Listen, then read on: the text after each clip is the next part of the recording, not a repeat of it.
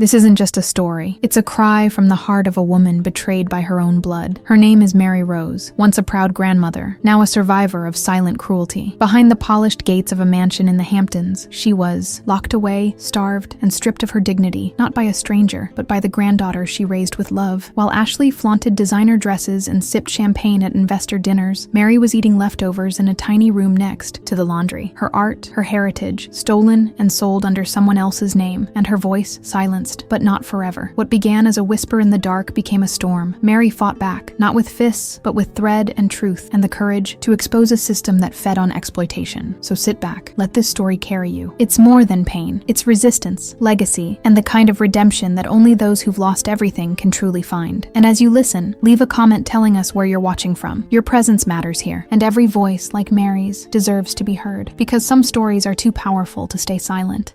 Honey, come closer. At 82 years young, I don't have the breath to yell anymore. Are you comfy? I have so much to tell you. So many memories tucked away. Sometimes they feel like a lead weight in my chest. They say, spilling your guts helps the soul, you know? And today, I need to lighten my load by telling you the road that led me here. It's not an easy story to hear, but it's my story. The story of a woman who faced hunger and humiliation where she least expected, within her own family's house. Buckle up, because what began with a locked door and an empty stomach ended up changing my life forever. I was born in a small town near Cooperstown, New York, back in '43. My dad was a bricklayer, and my mom was a whiz with a sewing machine. I got these hands from her, and even though they tremble these days, they've created flowers and birds that looked like they wanted to fly right off the fabric. Our little house was simple but full of pride. I grew up with the smell of damp clay and the sound of fabric being cut and stitched. They named me Mary Rose, but everyone just calls me Mary. At 17, I married Frank, a hard-working man who sold woodwork. At the local craft fairs, we had 2 kids, Michael and Susan. My Susan, she was something else, you know. So smart, so determined. She always wanted to aim higher than our humble home could offer. She studied hard, got a great job in the city, and married a businessman. They had Ashley, my granddaughter. Ashley grew up seeing us as distant figures. Her parents wanted her to be modern, not too attached to her simple roots. They only visited 3 or 4 times a year, always in a rush, eyes glued to their watches. When my Frank passed away 15 years ago, Ashley was a young woman who barely knew me as her grandma. My Susan died 5 years ago in an accident. Her husband died 2 years later. I felt a pain that devoured everything, but I clung to the thought of at least still having my granddaughter. What a fool I was. By then, Ashley was a successful businesswoman, owner of a well-known brand of organic cosmetics in New York City. She lived in a mansion in the Hamptons with gardens that looked like magazine spreads and furniture worth more than my entire house. When my health started to fail, my knees couldn't keep up, my blood pressure was always high. My son Michael was overseas. That's when Ashley invited me to live with her. "Grandma, at my house, you'll get all the care you deserve," she said, with that perfect smile she got from her mother. At first, it felt like a dream. My room had a bed so soft I felt like I was sleeping on a cloud. The house smelled like lavender and lemon, so different from the smell of dirt and coffee that filled my childhood. Ashley introduced me to her friends as my artisan grandma, full of exotic pride, like showing off a rare artifact to visitors. "She makes the most beautiful embroidery this side of the Mississippi," she'd say. And me, being silly, I filled with pride, thinking my granddaughter finally valued my roots, my craft. In the first few weeks, everything was cordial. She kept asking me to tell stories about how I learned to embroider, about the designs that carried our heritage. She even asked my opinion on some fabrics she planned to use in a new product line. I felt like we were finally growing closer, that the lost family could be recovered. But little by little, I started noticing changes. Ashley started coming home later and later, going out to dinner without even a heads up. The maids were instructed to prepare simpler meals for me, while she ate fancy dishes when she was home. "Grandma needs a special diet because of her blood pressure," I overheard her saying on the phone, laughing. The invitations to come down and eat together became rare. "I have a business dinner tonight, Grandma. I'm swamped with the new collection," the excuses went. I ended up eating alone in my room, looking out the window at the perfect gardens of a house that, despite all the luxury, grew colder every day. Emily. One night, I went down to the kitchen looking for a glass of warm milk to help me sleep. I ran into the door locked tight with a key. The next day, I asked Ashley, and she looked at me like she was scolding a child. "Grandma, it's for security. We have expensive ingredients and imported products. We don't want any waste," she said, weighing each word. "If you want something, just ask Lucy during the day." I felt a lump in my throat. Waste? Was that what I was there? An extra expense? A burden? An old lady who might waste fancy food? I started shrinking more and more. Not in size, but in spirit. I huddled in the corners, trying my best not to bother anyone. My hands used to creating so many beautiful things barely moved anymore. My fabric stayed tucked away in a drawer, as if my work didn't belong in that world of appearances. My voice, which had told so many stories and hummed so many tunes, faded to a whisper, then silence. In that lavish mansion where I never asked to be, I ended up feeling more invisible than ever. What I didn't know was that this feeling of insignificance was just the beginning, that life still held much deeper pains for me, but also strengths I never imagined I possessed. The big blow came as a surprise, like those summer thunderstorms that suddenly darken the sky. My granddaughter hosted a fancy dinner at the mansion for some foreign investors in her cosmetics line. She spent the whole week preparing every detail: fresh flowers in vases, embroidered linens, not mine, but imported from France, and beautiful china, which she claimed had belonged to some old money family. "Tonight I need you to stay in your room, Nana. These are very important people, and I need to focus on business," she told me, spraying perfume in front of the mirror. Her words stung, but I agreed and obeyed, as I had been doing. From my room, I heard the voices and laughter rising from the dinner. My stomach churned. That day, I'd only eaten a donut that Lucy had secretly left for me early in the morning. The smell of the fancy food wafted up to my room, taunting me. I decided to go downstairs quietly, not to join the dinner, just to ask the girls for a little food. When I reached the top of the stairs, I clearly heard Emily's voice. "Traditional American quilting is so underrated. I'm giving it a new look in my accessories collection. It's important to preserve our cultural heritage, don't you think?" I froze. Emily talking about the quilts as if they were her invention? I kept listening, unable to move. "I have exclusive designs inspired by old techniques. These are patterns that no one else has access to," she continued, full of pride. And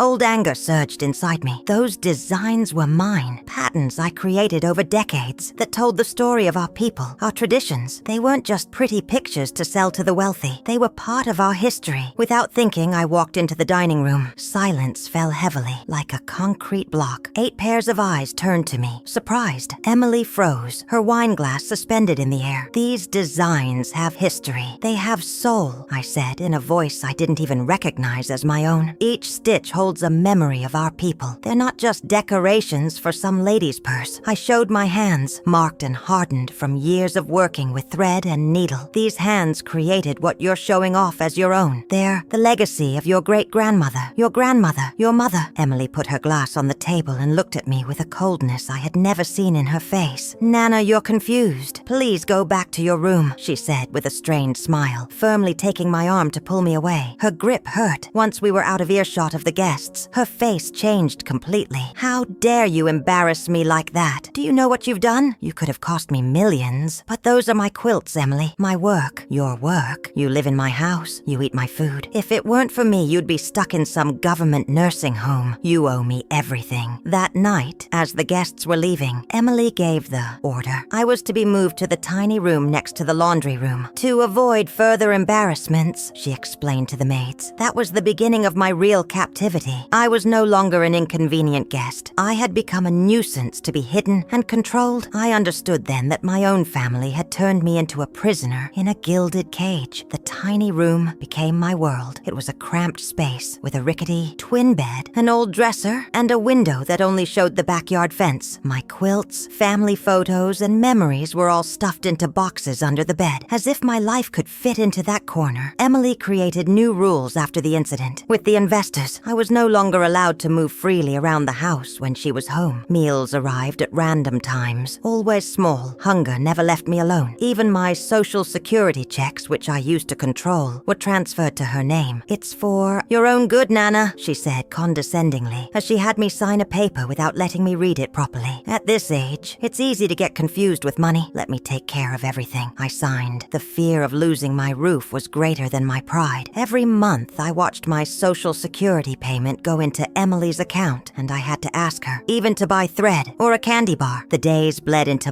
months of utter loneliness. Ashley was constantly traveling, promoting her cosmetics line, inspired by American heritage. In the magazines, Brenda would sneak to me. I saw photos of her wearing accessories with my designs, smiling for the cameras and posing as a champion of national culture. My body started to wither. I lost weight. My skin lost its glow. My sunken eyes showed only sadness. On the rare occasions I crossed paths with Ashley, she barely looked at me, avoiding the reflection of what she herself had caused. One day, after almost 2 days of just eating a stale bagel and weak coffee, I fainted. In the backyard, Brenda found me and took me back to my little room. With her face wet with tears, she confessed. Ashley was giving orders about my food. "Ms. Ashley says you eat too much for your age, Mrs. Rose, that you need to watch your diet," Brenda said, wiping her tears with the back of her hand. It was painful to depend on the hidden kindness of a maid. Brenda risked her job hiding food in the pockets of my apron or leaving little packets under my pillow. We became allies, accomplices in a silent rebellion against my granddaughter's cruelty. One night, rummaging through the few things I still had, I found an old address book. There it was, forgotten, the number for David Miller, a journalist who, years before, wrote an article about my quilts for the local paper. We became friends because he genuinely cared about valuing traditional crafts. With trembling hands, I tore out the page and put it in my pocket. I didn't know if the phone still existed or if David would remember me, but at that moment, that paper was my glimmer of hope. Ashley's control increased even more when she discovered Brenda was helping me. She argued with her fiercely in front of me and warned, "Next time, you're out." That night, lying in bed, I made a decision. I needed to get out of that mansion before my soul disappeared completely. I gathered courage for 3 days until I managed to use the kitchen phone. I waited for the whole house to fall asleep, including Ashley, who had returned from one of those business trips. I crept slowly through the dark hallway, holding the crumpled paper like it was a lucky charm. I dialed, expecting to hear only the silence of time passing. But on the 5th ring, someone answered. "Hello?" It was him, David Miller, with a slightly hoarse, tired voice, but it was him, David. "It's Rose Johnson, the quilter from Harmony Creek," I whispered, afraid someone would hear. "I need your help." Silence. Then a noise, as if he sat up in bed. "Mrs. Johnson? My God, do you know what time it is? Are you okay?" Tears rolled down my face as I quickly told him a little of what was happening to me. I couldn't risk talking for too long, but I asked him to meet me the next day at the farmer's market, where Brenda sometimes took me to buy yarn. "I'll be there, I promise," David assured me, now completely awake, with concern etched in his voice. I hung up the phone and returned to my little room, with my heart beating so hard I thought it would wake the whole house. The next morning, I convinced Brenda to take me to the market, saying I needed special yarn for a quilt that Ashley had ordered. A necessary lie. My granddaughter rarely asked me to quilt anything, unless she wanted to impress a client who was looking for authenticity in her products. The hustle and bustle of the market welcomed me like a warm embrace after so many months of forced silence. The colors of the stalls, the smell of ripe fruit, the voices of the vendors announcing their goods. Everything was a feast for my dormant senses. In the middle of the crowd, I recognized David sitting at a small coffee stand right next to the craft section. "Mrs. Johnson," he said, standing up, stunned to see my weakened state. "What have they done to you?" Brenda went to do some shopping at a nearby stall, giving us some privacy. I told David everything. My controlled retirement money, rationed food, my stolen designs. My bony hands held the cup of coffee he ordered for me, the first decent coffee I had had in months. "This can't continue, Mrs. Johnson," he said, with a determined glint in his eyes. "You have rights. Your work has value. Your designs are your property." "I don't want to hurt my granddaughter, David," I confessed, feeling guilty even after everything I had been through. "She's the only family I have left. He took my hands in his. What she's doing isn't family love, Mrs. Johnson. It's exploitation. And I bet it's not just with you. His plan was simple, yet foolproof. Discreetly document my situation while digging deeper into Brenda's business dealings. Simultaneously, he would help me get into a local craft fair where I could sell my needlepoint and start earning my own money. Get back to your needlepoint, Grandma Rose, encouraged David. Not just for Brenda, but for yourself. Your creations are your voice. For the first time in many months, I felt a warmth in my chest that wasn't from pain or hunger, but from hope. That same afternoon, when we returned to the mansion with colorful threads and some fabric, I began to stitch in secret. These weren't the commercial designs that Brenda sold, as if they were her own, but images from my soul. Wildflowers speaking of freedom, robins dreaming of flight. Each stitch was a gesture of silent resistance, each color an affirmation that I still existed. Under the dim light of the small room, my old fingers remembered the art, and my heart began to heal. With each thread that crossed the cloth, this secret happiness didn't last long. 2 weeks after meeting David, I returned from a quick walk in the garden to find my room ransacked, threads scattered on the floor, fabric torn, my recent needlepoint missing. Brenda awaited me, seated on the bed, holding my newest piece, a hummingbird with multicolored wings, collecting nectar from a scarlet flower. "Where did you get these supplies, Grandma?" she asked with frightening calmness, her perfectly manicured nails digging into the fabric. "And more importantly, who did you meet at the market?" I felt my blood run cold. Someone had seen us, perhaps an acquaintance of Brenda's or her driver following us. "I just bought some threads," I said quietly, "and I accidentally ran into a journalist friend." It was quick, a coincidence. Brenda stood up slowly, approaching like a wild animal. "A coincidence? Do you think I'm an idiot? Rick, my driver, saw you talking closely with that man." "What did you tell him?" I tried to contain my fear, but I was shaking. "Nothing much. We just reminisced about the old days." Her hand flew so quickly that the slap caught me by surprise. I was dizzy with the taste of blood in my mouth. "Liar!" she shouted, completely abandoning her usual polite tone. "You're complaining about me, of all people, your own granddaughter. Do you have any idea what could happen to my reputation if that journalist publishes any of your nonsense?" Tears streamed down my face, not so much from the physical pain, but from the cruelty of someone who shared my blood. "It's not a lie, Brenda. You're starving me. You stole my designs, my money. I gave you a roof over your head. I gave you food. Was taking care of you my obligation?" Her face was pure hatred. "And this is how you repay me? Plotting behind my back?" She grabbed the embroidered hummingbird and tore it in my face, destroying hours of work in seconds. Then she pulled out her cell phone and dialed. "Sebastian, come here now. We have a security problem." Sebastian was the head of security at the house, a tall, strong man with an icy gaze who always frightened me. Half an hour later, they installed a new lock on my door, but now on the outside, my window, my only connection to the world, was boarded up. "It's for your safety, Grandma," said Brenda in a fake sweet tone, while Sebastian finished the job. "You're confused. You might end up hurting yourself or worse, going out there and getting lost in this big city. What kind of granddaughter would I be if I let that happen?" That night, I overheard another conversation that chilled me to the bone. Brenda was talking on the phone in the hallway right next to my bedroom door. "We can't take any chances. The journalist knows too much. Yes, the crafters from upstate are asking questions about the payments. No, he can't prove anything, but we have to act fast. That nursing home in Westchester? Yes, it's discreet and has a doctor. They can say she has dementia. No one will question it." With horror, I understood the plan. They were going to send me somewhere, have me committed, declare me incompetent. My testimony would lose all value, and Brenda would continue exploiting not only my work, but that of other artisans as well. That night, I cried until I ran dry. Locked in the prison my room had become. Now it wasn't just my freedom that was at stake. It was my sanity, maybe even my life. Despair and strategy mixed in my head during 3 days of confinement. Brenda only appeared to leave trays of bland food, always accompanied by Sebastian, who stood with his arms crossed at the door like a jailer. My granddaughter spent much of her time talking on the phone about the nursing home and the medical reports, reinforcing my worst fears. Lisa was my unexpected salvation. On the 4th morning of seclusion, while cleaning my room under Sebastian's watchful eye, she accidentally dropped a cloth near my bed. As I picked it up, she slipped a small cell phone into my hand. "Mrs. Thompson is heading out to a charity gala tonight," she whispered, barely audible. "Mike's going with her, as security. I've got a spare key." Her words sparked sparked a flicker of hope within me. I waited anxiously until I heard Mrs. Thompson's car disappear down the driveway. Minutes later, Jenny appeared and unlocked the door. "We need to be quick, Mrs. Evans," she said, helping me pack my few belongings into a small duffel bag. "My cousin's waiting around the corner with a cab." My legs barely obeyed as we crossed the backyard. The darkness offered some protection, but every noise made me imagine Mike or Mrs. Thompson suddenly appearing. We slipped out through a side door that led to an alley. At the end of it, an old yellow cab waited, lights off. "Thank you for everything, honey," I murmured, hugging Jenny tightly. "Oh, you're risking so much." "My mum's a seamstress, up in the Appalachians," she replied, eyes welling up. "Mrs. Thompson pulled the same trick on her with those unfair contracts. I couldn't let it keep happening." The cab took me to a simple motel downtown, where David was waiting for me in the lobby. The relief on his face moved me deeply. "I've been so worried," he confided, leading me to a modest but clean room. "I tried to call you every day." When Jenny explained the situation, I feared the worst. That night, sitting on a simple bed, but without a lock on the door, I had my first complete meal in weeks. A warm chicken noodle soup, fresh bread, and a sweet coffee that warmed my soul. "I've been digging deep into your granddaughter's business," David said as we ate. "It's not just you. She's copying traditional designs without paying the artisans properly, and even using cheap chemical materials in products she sells as natural." He showed me photos of craft cooperatives in the Ozarks and rural Oklahoma, where women were working for next to nothing, embroidering pieces that Mrs. Thompson was selling as exclusive items at exorbitant prices. "Your testimony is crucial, Mrs. Evans," David added with conviction. "You are the living witness to what was happening there. Tomorrow we will meet with some artisans who have come from far away to denounce this situation. Together, our voices will be heard. For the first time in a long time, I felt that my suffering could serve a greater purpose. It wasn't just my freedom that was at stake, but the dignity of hundreds of women, hands full of talent, but exploited and stripped of their own heritage. I'll do whatever it takes," I affirmed, with a certainty that I thought I had lost, not just for myself, but for all of us. That night, I slept without fear, finally comforted by a certainty. My voice, silenced for so long, would soon echo loudly. Mrs. Thompson's gilded cage was behind me. The future was uncertain, but I was finally breathing the sweet air of freedom. The next day, I found myself surrounded by the faces of women in a small room at the Human Rights NGO, where David had secured a space. Each one brought a similar story. Fraudulent contracts, slashed wages, stolen creations. Susan, a quilter from Kentucky. Mary, an embroiderer from the Smoky Mountains. Irene, a potter from upstate New York. All victims of American Essence, Mrs. Thompson's company. I never thought my own flesh and blood would be capable of such evil. I confessed as I gave my testimony, choked up at first, but gaining strength with each sentence. She imprisoned me, denied me food, stole my designs, and wanted to have me committed, claiming I was crazy. A serious young social justice lawyer named Ryan took notes on every word while David recorded everything. Evidence was gathered. Abusive contracts, testimonies of mistreatment, photos of my confinement, reports pointing to natural products with toxic and prohibited substances. "This won't be easy," Ryan warned, eyes intense. "Your granddaughter has connections and money to silence a lot of people. A lot of. But we have something she doesn't, the truth and the strength of the collective." In the weeks that followed, my life turned upside down. I moved into a small apartment that David helped me rent near Central Park. With Ryan's legal support, I recovered my social security and obtained a restraining order against Mrs. Thompson, who had already sent Mike to look for me all over the city. My health improved with real food and the welcoming company of my new friends. Gradually, the artisans formed a support group, which soon transformed into a cooperative. True Hands was born to resist. Authentic pieces, signed by the makers, sold at a fair price in a small shop that we managed to rent together. The story that Alex wrote started appearing in installments in one of the nation's leading newspapers. The Fake Artisan Empire, Exploitation Disguised as Tradition, was the title of the first article, featuring a photo of me highlighting the differences between my original quilts and Sarah's copies. My granddaughter didn't take it lying down. First came the letters from lawyers demanding a retraction, then attempts to bribe Alex, and finally, veiled threats against all of us. One morning, we found the shop broken into, windows shattered, and a message spray-painted. "Crafty crooks, this is just the beginning. They won't scare us into stopping," declared Teresa, as we cleaned up the mess. Back in the Appalachian Mountains, we faced worse threats just to keep defending our work and our land. That afternoon, we We set up a table in the town square to quilt in front of everyone. People approached, curious about our craft. We took the opportunity to explain our struggle, show what was real and what was fake, and tell our stories. A local